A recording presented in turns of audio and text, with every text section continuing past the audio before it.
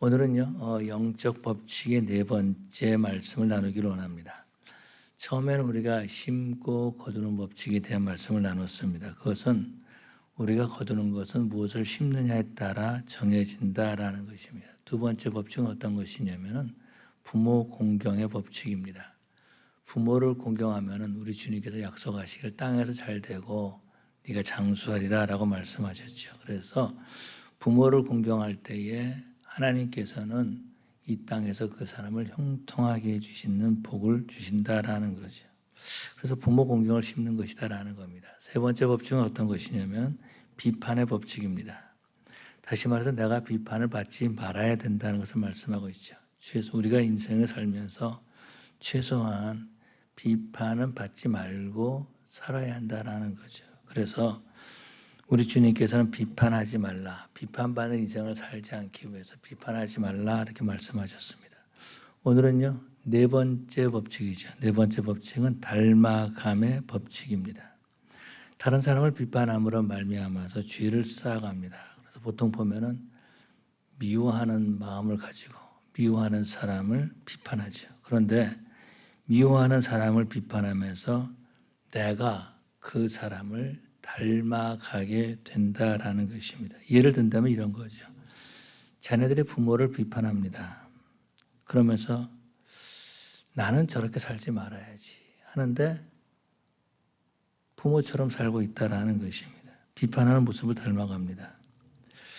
문제는 뭐냐면 내가 그것을 닮아가고 있음을 깨닫지 못한다라는 거예요. 결국 그 문제를 가지고 하나님 앞에 나가 회개하지도 못하고 또 그 비판하는 그 모습을 가지고 성도들에게, 가정에서는 자녀들에게 행한다라는 것입니다.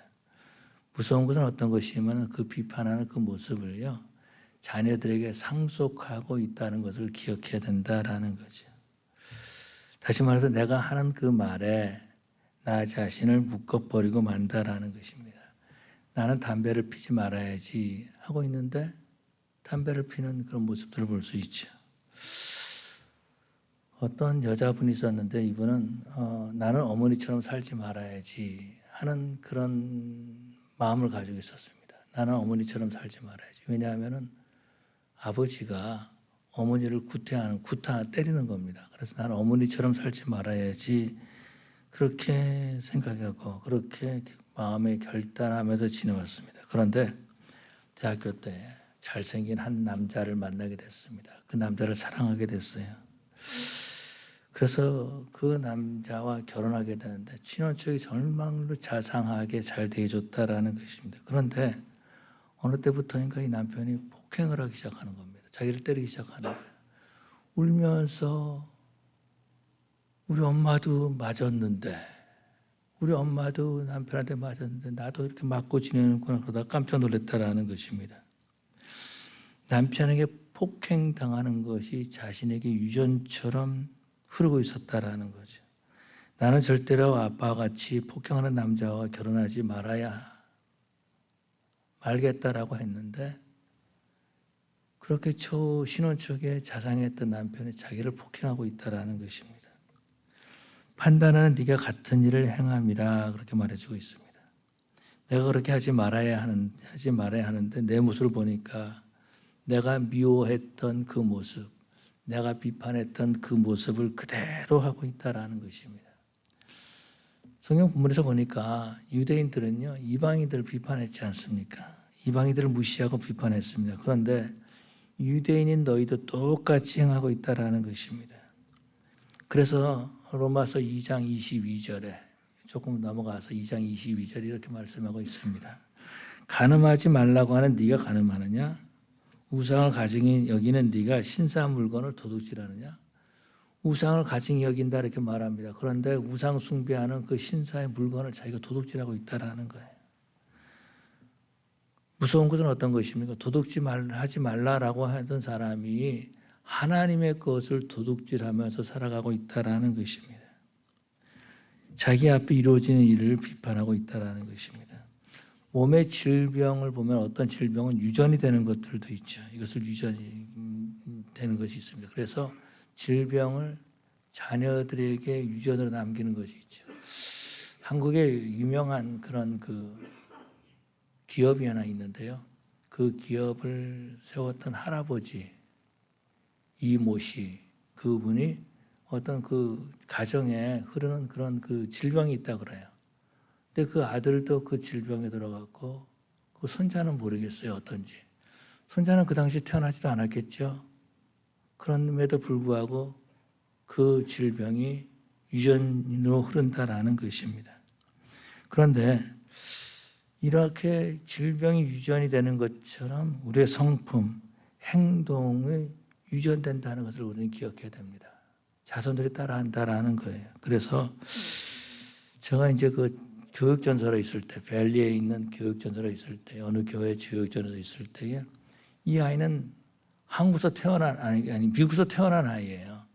부모님이 일찍 와가지고 미국에서 태어난 아이인데 한국말 하는데 경상도 말하는 겁니다. 아니 얘는 미국에서 태어났는데 말하는 게 경상도 말을 하는 거예요. 보니까 그 부모님이 경상도 분이시다라는 것이죠. 근데 그 억양뿐만 아니라 그 단어들까지 따라한다라는 것입니다. 그러다 보니까 그 말씨도 따라하는 그런 모습들을 볼 수 있습니다. 언어의 정신도 따라한다라는 거예요. 부정적인 언어, 더러운 언어를 자녀들이 사용하고 있다라는 거예요.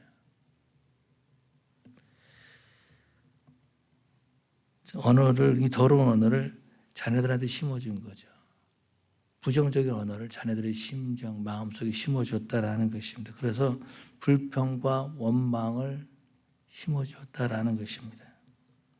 닮아감의 법칙을 모르면 비판하면서 지냅니다. 그래서 아이들에게 앞에서 막 자기 남편을 비판하고 자기 아이들 앞에서 막 자기 부인을 막 비판합니다. 그런데 그것이 어떻게 돼요?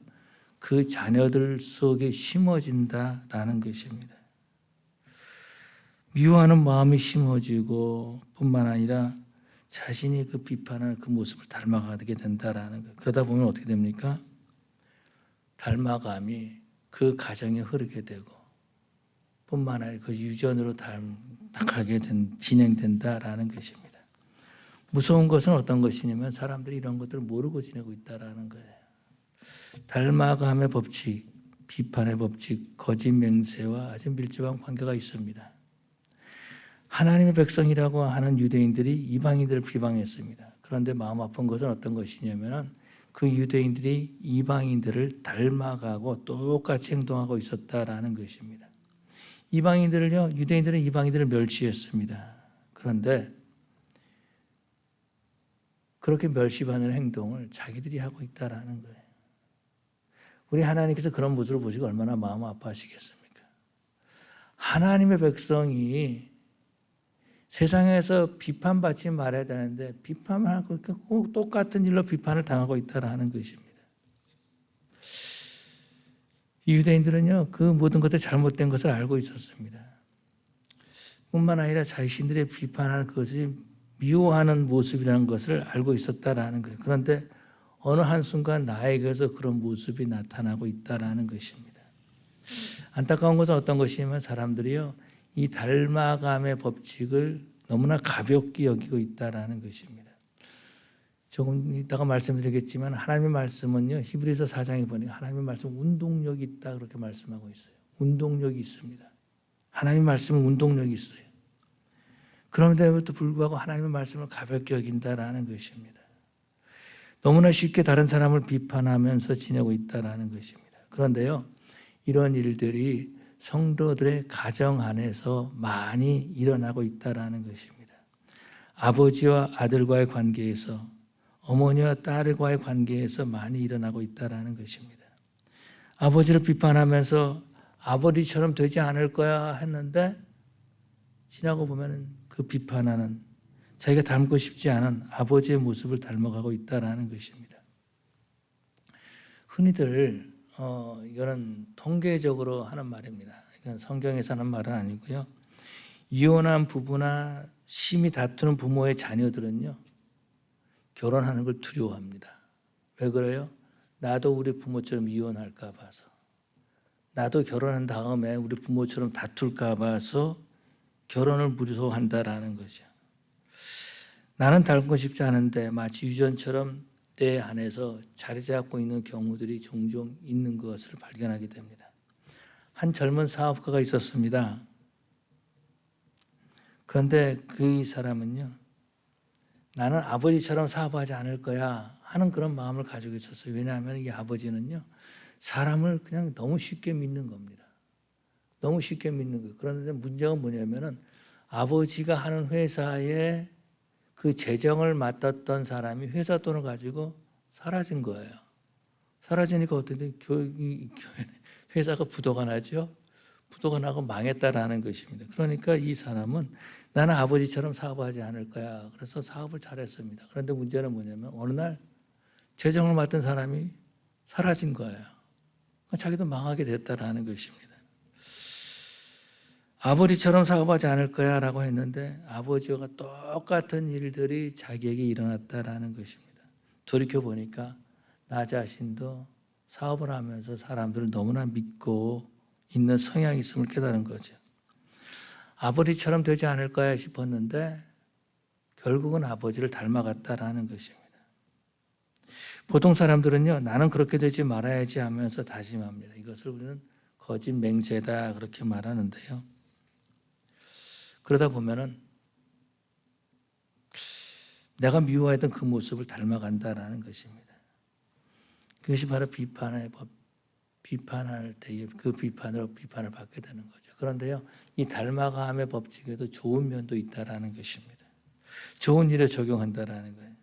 믿음으로 살아가는 부모의 모습을 존경하고 닮기를 원하는 거죠. 그러다 어느 순간 보면은 내가 부모님을 닮아가고 행복한 가정을 이루고 있는 것을 볼 수 있습니다. 바울 사도는 뭐라고 말합니까? 나를 본받으라 그렇게 말한 것을 우리는 보게 됩니다. 좋은 믿음의 행동을 자손들에게 보여주실 때에 믿음의 가문을 세우는 줄로 믿습니다. 토요일날도 말씀드렸지만 아브라함, 이삭, 야곱 보면은요, 그 믿음의 결단을 자녀들에게 보여주었죠. 그렇게 될 때 믿음의 가문을 세운 것을 볼 수 있습니다.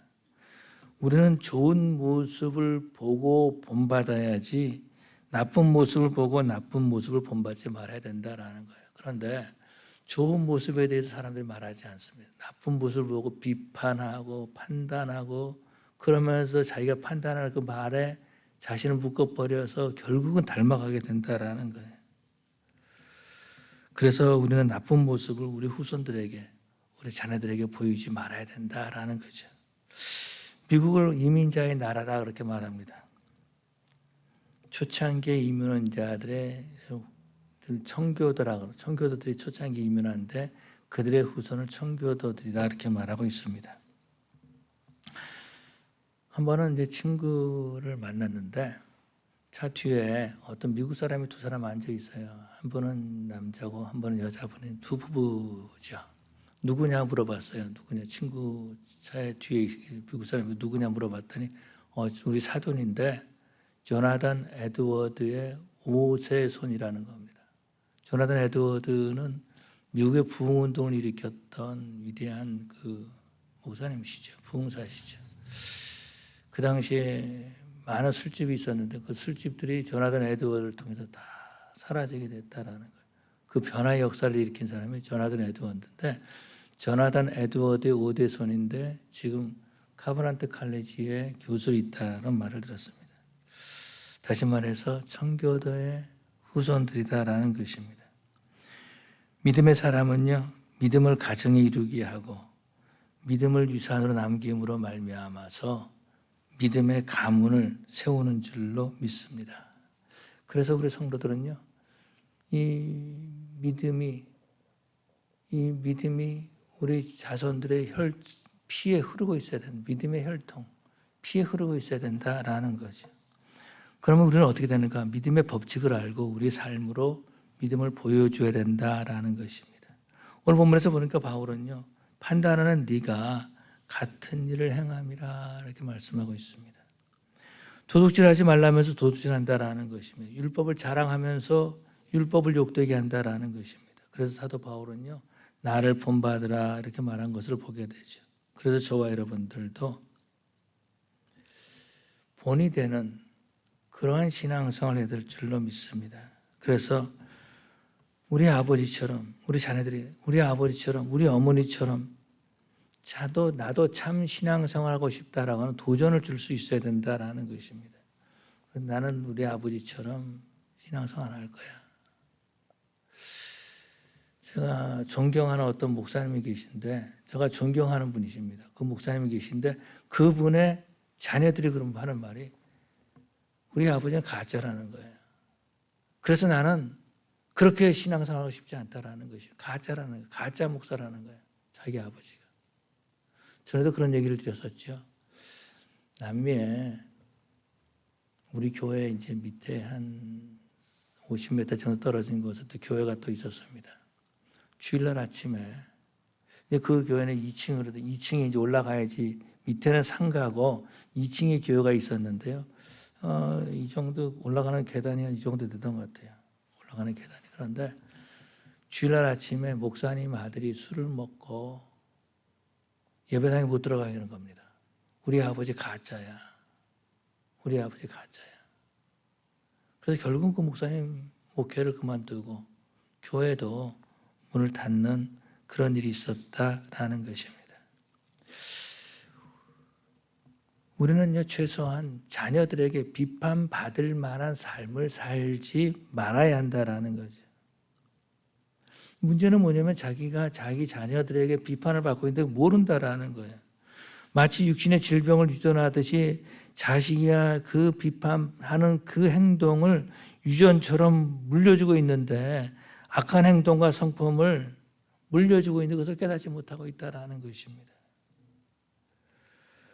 닮아가는 것은요, 함께 있으면 닮아갈 수 있습니다. 제가 이제 미국에 와가지고요, 캄튼하고 가까운 칼슨인데, 제가 어디냐면은 91번 프리웨이죠. 센트럴, 거기 약간 약간 북쪽으로 올라가면은 거기에 이제 USA 컴퍼니 해가지고 유사코라고 하는 회사가 있었는데 거기서 이제 일을 했습니다. 그래서 USA 컴퍼니예요, 그게. 이제 한국서 물건을 수입하면서 미국 이제 회사처럼 하려고 그러는지 몰라도 거기서 일했는데, 거기서 이제 그 10명 정도, 12명 정도가 그 방에서 있었습니다. 근데 한국 사람들 일하는데 달라요. 하루 종일 얘기를 하는데 더러운 말, 욕된 말, 욕 엄청 하는지 몰라요. 하루 종일 그냥 9시부터 저녁 5시까지 계속 그 더러운 말만 하는 거예요. 그런데 어느 날 보니까 그 말을 계속 하루 종일 듣는 거예요. 하루 종일 그런 더러운 말을 듣는. 어느 날 너 속에서 그런 단어들이 막 생각이 나는 거예요. 막 나오기 시작하는 거예요. 무섭더라고요. 이것을 깨달은 다음부터는 이 더러운 말은 할 때 제가 자리를 쫙 옮깁니다. 왜냐하면 이것은 내 영적인 삶에 치명적인 악을 행하기 때문에 그런 거죠. 저와 여러분들은요, 세상을 닮아가는 사람들이 아니라 하나님, 예수님을 닮아가는 삶을 살아야 될 줄로 믿습니다. 우리가 어떻게 예수님을 닮아갈 수 있을까? 예수님의 제자들을 보면은요, 예수님과 3년 반 동안 같이 있었잖아요. 그러면서 예수님을 많이 닮아갔다라는 것입니다. 그런데 지금 이 예수님이 떠나신 지 십자가에 죽으신 2000년이 지났는데 우리가 어떻게 예수님을 닮아갈 수 있을까? 이것은요, 예수님의 말씀을 묵상하는 겁니다. 말씀을 읽는 거예요. 그럴 때에 그 말씀을 읽으면서 우리 주님과 깊은 교제를 나눌 수 있다라는 겁니다. 저는 개인적으로 말씀을 읽으면은 예수님을 닮아가게 돼 있어요. 근데 허구한 날 그냥 싸우는 거, 세상 일들, 정치, 드라마 이런 것만 보고 있으면요, 그거 닮아가게 돼 있어요. 그거 닮아가게 되어 있다라는 것입니다. 그래서 저는 개인적으로 시편이나 요한복음을부터 읽는 것을 추천합니다. 모르겠어요. 다 다르겠지만은 그렇게 추천해 봅니다. 어떤 분은 그렇게 말해요. 난 성경을 읽어도 금방 잊어버려요. 우리 어머님이 그렇게 얘기하시더라고요. 성경을 읽는데 금방 잊어버린다라는 거예요. 여러분 성경을 읽어서 금방 잊어버린다 해서 성경을 읽지 않는 이유가 되어서는 안 된다라는 것입니다. 성경을 읽는 그 시간은 어떤 시간입니까? 주님과 함께하는 시간인 줄로 믿습니다. 성경을 읽고 그걸 다 기억하면 얼마나 좋겠습니까? 그런데 저도 그래요. 성경을 읽었는데 내가 그 전에 뭘 읽었는지 기억이 안 날 때가 참 많이 있다라는 것입니다. 기억이 나지 않기 때문에 읽을 필요가 없는 것이 아니다라는 거죠. 성경을 읽는 그 시간은 함께하는 시간이요, 하나님과 교제하는 시간이고 조금이라도 내가 예수님을 닮아가는 시간이다라는 것입니다. 감사한 것은 어떤 것이면 성경을 읽을 때 성령 하나님께서 깨닫게 해주시고 또 성경이 나를 읽게 해주신다라는, 내 모습이 어떤가 읽게 해주신다라는 겁니다.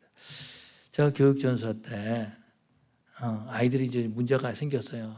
제가 가르치는 학생들이 문제가 생겨가지고 부모들이 이제 교회 컴플레인하는 그런 일이 있었습니다.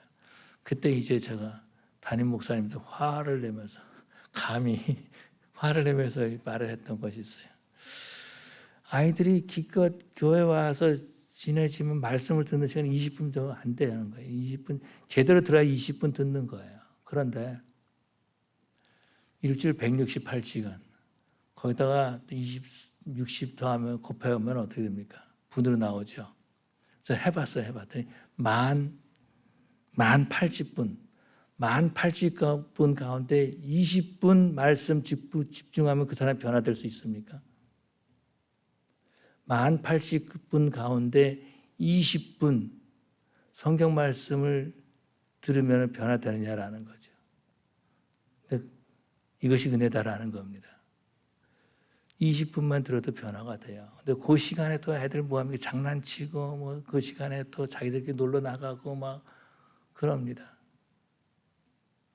놀라운 것은 하나님께서 80분 가운데 20분만이라도 집중하면은 하나님께서 은혜를 주시고 그리고 변화시켜 주신다라는 거예요. 이제 마지막에 말씀, 만약에 우리가 잘못 심었다면 저와는 예수 이름으로 끊어야 될 줄로 믿습니다. 지금까지 우리는 네 가지의 법칙을 말했어요. 한 가지 법칙이 다음에 이제 또 하나 더 있는데 증가의 법칙입니다. 증가의 법칙, 이것은요 굉장히 중요한 법칙이에요. 다음에도 그렇기 때문에 우리가 하나님 앞에 나와서 이 문제를 해결해야 된다라는 거죠. 심고 거두는 법칙이 있습니다. 심고 거두는 법칙이 있어요. 하나를 심어서 하나를 거두면 좋은데 증가의 법칙은 하나를 심어서 10개를 거두고 100개를 거둔다라는 거예요. 무서운 거죠. 좋은 것을 심어야 된다라는 것입니다. 두 번째, 부모 공경의 법칙이 있습니다. 부모를 공경의 법칙이 있어요. 부모를 공경해야지 내가 형통한데 부모를 공경하지 못함으로 말미암아서 모든 일들이 다 안 된다라는 거예요. 불통한다라는 것입니다. 문제는 뭐냐? 부모님이 돌아가셨어요. 더 이상 나는 부모를 공경할 수가 없다라는 것입니다. 세 번째는 어떤 것이냐면 비판의 법칙을 말씀을 드렸습니다. 그리고 오늘 우리는 닮음의 법칙을 살펴보았습니다.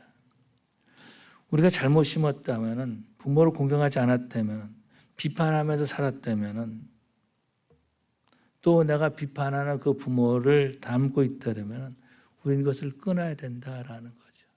끊어야 된다라는 것입니다. 예수 그리스도의 십자가의 능력으로 그러한 법칙이 작동하지 못하도록 예수의 보혈로 끊어야 될 줄로 믿습니다. 회개해야 된다라는 것. 그런데 문제는 뭐냐면 자신의 죄 용서를 구합니다. 그런데 잘못된 닮음을 끊지 못하고 있는 거예요. 다시 말해서 잘못 심은 것에 대해서 끊지 못하고 계속해서 그냥 그 열매를 맺으면서 살고 있다라는 것입니다. 그러면 어떻게 되면 구원은 받았지만 결국은 형통하지 못한다라는 거예요. 구원은 받았는데 이 땅에 살 때 형통한 삶을 살지 못한다라는 것입니다. 이 사회를 비판하면서 살아갑니다. 가정을 비판하면서 살아갑니다. 가족들을 비방하면서 살아간다라는 거예요.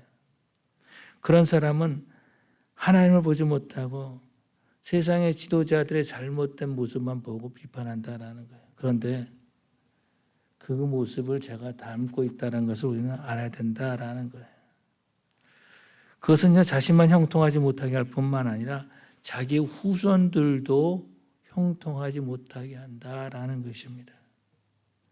그래서 우리 하나님은 이런 모습을 보시고 불쌍히 여기신다라는 거예요.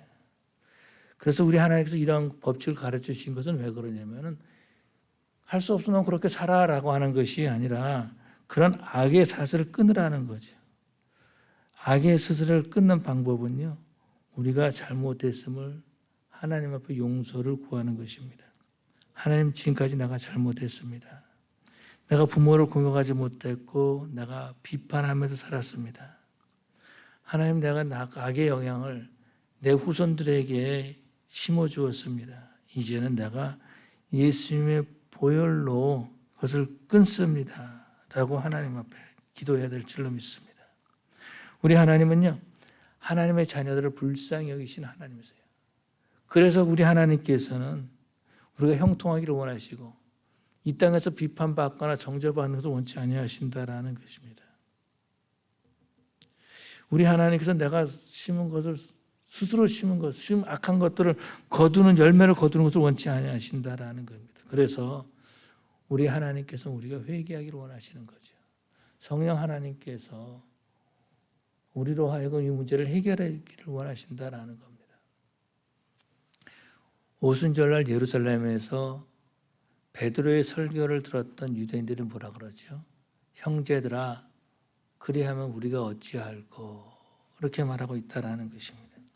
이때 베드로가 회개하고 성령을 받으라 이렇게 말한 것을 보게 됩니다. 내가 싫어하고 내가 비난하고 그 모습을 유전처럼 내 자식들에게, 내 손주들에게 전해주고 있는데 회개하지 않고 하나님의 은혜를 구하지 않는다면 너무 뻔뻔한 거 아니에요? 너무 무책임한 사람 아닙니까? 너무 무책임하다라는 거죠. 믿음의 본을 보여서 믿음의 가문을 세워야 될 사람들이 자녀들에게, 후손들에게 악을 심어주고 있고 그것을 해결해 주지 않는 그런 모습들을 볼 수 있죠. 이런 모습을 보게 됩니다. 창세기에서 보면은요, 아브라함이 자기 아내를 누이라고 이렇게 속이죠. 창세기 12장에서와 20장에서 보면 두 번씩이나 애굽에 내려갔을 때, 남쪽으로 네게부 지방으로 갔을 때에 자기 아내를 누이라고 속입니다. 그것을 어떤 사람들은 말하기를 이것은 아브라함이 자기 아내를 보호하기 위함이다 이렇게 말하기도 하고, 또 아브라함의 자신의 생명을 보호하기 위함이다 이렇게 말하기도 합니다. 그런데 이러한 일들은요, 아브라함이 이삭을 낳기 전에 했던 행동이죠. 이삭을 낳기 전에 했던 행동입니다. 그런데 성경에서 보니까 그 일에 대해서 아브라함이 회개했다는 말이 한 번도 나와 있지 않아요.